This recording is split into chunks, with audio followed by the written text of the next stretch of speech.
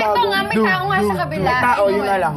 Ang sinasabi. kanina! Nagsisigawan! Ganito! Kayo! Ozzy, Ozzy, Ozzy! Ozzy, Ozzy, Ozzy! Pero ang Teen Internationals di sinasadyang marinig ng Pinoy housemate na si Kazel na nasa confession room.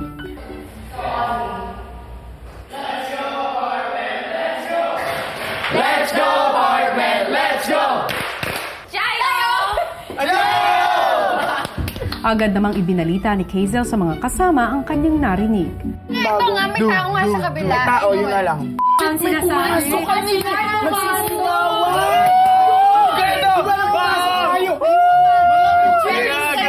Para mabawasan ang paghihinala, si Big Utol pinagtripa ng mga Pinoy housemates.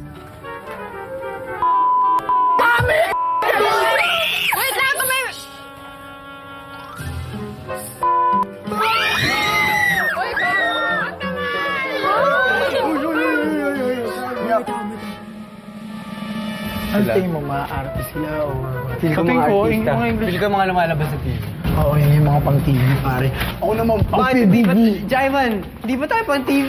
Pang TV tayo, pare! So boys, feeling nyo talaga ay aagawin ng kapitbahay niyong boys ang inyong mga girls. Hala!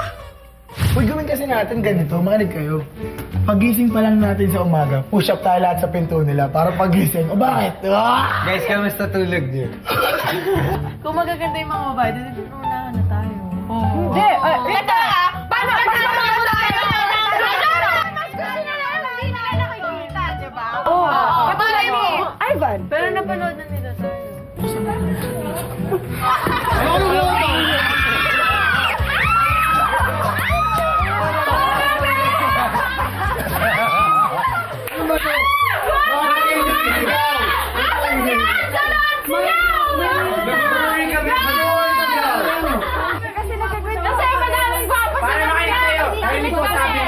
Pinapakita namin na sila pumasok para mga gwapo ang kasama nila. Narinig ko yan! Narinig ko! Pag doon may pangit, pag lahat pangit, nako. Oh, sige! Para ako!